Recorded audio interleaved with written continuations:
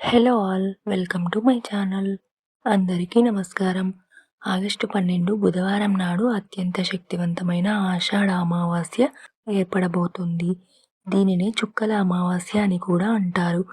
ఈ సంవత్సరం మొత్తం ధనానికి లోటు లేకుండా మీ కుటుంబంలో సుఖ సంతోషాలు నిండాలంటే ఈ ఆషాఢ అమావాస్య నాడు ఎలాంటి పరిహారాలు పాటించాలో ఈ వీడియోలో వివరంగా తెలుసుకుందాం. అమావాస్య తిథి ప్రారంభం ఆగస్టు 12, 2026 తెల్లవారుజామున 1:52 తిథి ముగింపు ఆగస్టు 12, 2026 రాత్రి 11:06. ఆగస్టు 12 బుధవారం నాడు సూర్యోదయ సమయానికి అమావాస్య తిథి విస్తరించి ఉన్నందున అమావాస్య వ్రతం పూజలు మరియు తర్పణాలు ఆగస్టు 12న ఆచరించాలి. గౌరీదేవి పూజ మరియు సౌభాగ్య పరిహారం. ఆషాఢ అమావాస్య అంటే లక్ష్మీదేవిని మరియు గౌరీదేవికి ఎంతో ఇష్టమైన రోజు. అందుకే పెళ్ళైన ఆడవాళ్లు తప్పనిసరిగా ఈ రోజున ఇంట్లో గౌరీదేవిని పూజించాలి. దీనివల్ల ఆడవారికి సౌభాగ్యం వర్ధిల్లి భర్త ఆదాయం పెరుగుతుంది. పూజా విధానం: ఉదయాన్నే నిద్రలేచి ఇల్లంతా శుభ్రం చేసుకుని దీపారాధన చేసుకోవాలి. పసుపుతో చిన్న గౌరీదేవిని తయారు చేసి 2 తమలపాకులపైన ప్రతిష్ఠించి పూలతో పూజించాలి. నైవేద్యం మరియు మంత్రం: గౌరీదేవికి బెల్లం ముక్కను నైవేద్యంగా సమర్పించి ఓం శ్రీ గౌరీదేవియే నమః అనే మంత్రాన్ని 21 సార్లు చదవాలి. ఈ విధంగా చేస్తే సంవత్సరం అంతా అదృష్టం, ఐశ్వర్యం కలిసి వస్తాయి. దిష్టి గుమ్మడికాయ మరియు కలబంద పరిహారం. ఈ రోజున ఇంటి ముందు గుమ్మడికాయ కడితే కుటుంబ సమస్యలన్నీ తొలగిపోయి ఆర్థికంగా బాగా కలిసి వస్తుంది. గుమ్మడికాయకు పసుపు రాసి కుంకుమ బొట్లు పెట్టి ఇంటి గుమ్మానికి వేలాడదీసి ధూపం వేయాలి. గమనిక: దిష్టి గుమ్మడికాయకు తప్పకుండా తొడిమ ఉండాలి. ఒకవేళ గుమ్మడికాయను కట్టలేని వారు కలబంద మొక్కను కానీ పూజించిన నిమ్మకాయలను కానీ కట్టుకోవచ్చు. ఇంటి యజమాని ఇంటి ప్రధాన ద్వారం ముందు నిలబడి రాళ్ల ఉప్పుతో ఇంటికి దిష్టి తీయాలి. దీనివల్ల భయంకరమైన నరదృష్టి, పక్కింటి వారి చెడు దృష్టి తొలగిపోయి ఇంటికి ధనాకర్షణ పెరుగుతుంది. విపరీతమైన అప్పుల సమస్యలతో బాధపడేవారు ఈ అమావాస్య రోజున ఒక వేప చెట్టును నాటండి. నెల తిరగకుండానే ఏదో ఒక రకంగా మీ అప్పులన్నీ వెంటనే తీరిపోతాయి. చిన్న పిల్లలపై నరదిష్టి ప్రభావం ఎక్కువగా ఉంటుంది. అందుకే ఈ ఆషాఢ అమావాస్య రోజున ఇంట్లో ఉన్న చిన్న పిల్లలకు ఆవాలతో దిష్టి తీస్తే భయంకరమైన దోషాలు తొలగిపోతాయి.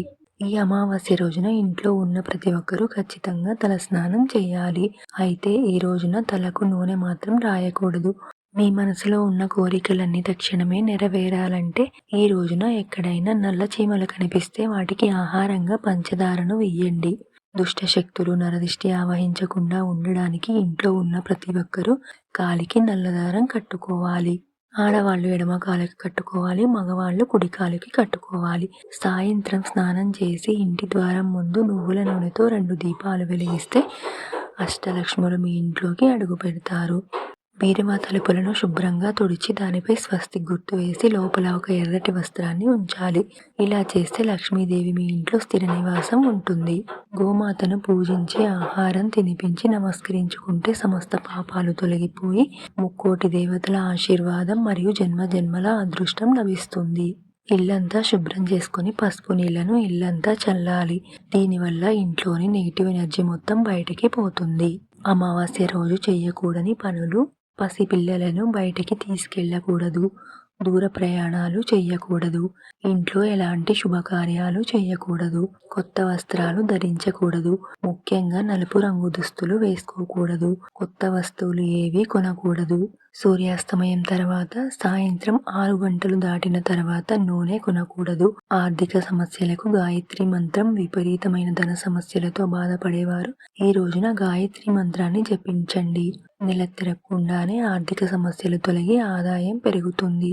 అమావాస్య అనేది పితృదేవతలకు అంకితం. పితృదేవతల ఆశీర్వాదం ఉంటే తరతరాల ఐశ్వర్యం లభిస్తుంది. ఈ రోజున పితృదేవతలకు తర్పణం ఇవ్వండి లేదా వారి పేరు మీద అన్నదానం చెయ్యండి. ఇలా చేస్తే పూర్వీకులు 1000 సంవత్సరాల పాటు ఉన్నత లోకాలలో నివసిస్తూ మీ వంశాన్ని రక్షిస్తారు. ఈ రోజున ఏది చేసినా చేయకపోయినా బ్రాహ్మణులకు స్వయం పాకదానం చేస్తే కుటుంబంలో ఎలాంటి సమస్యలు రావు. ఈ చిన్న చిన్న నియమాలను పాటిస్తే లక్ష్మీదేవి సంపూర్ణ కటాక్షం మీ కుటుంబానికి లభిస్తుంది. ఈ వీడియో మీకు నచ్చితే లైక్ చేసి మీ ఫ్రెండ్స్ అండ్ ఫ్యామిలీకి షేర్ చేయండి. అలాగే మన ఛానల్ని సబ్స్క్రైబ్ చేసుకోవడం మర్చిపోకండి.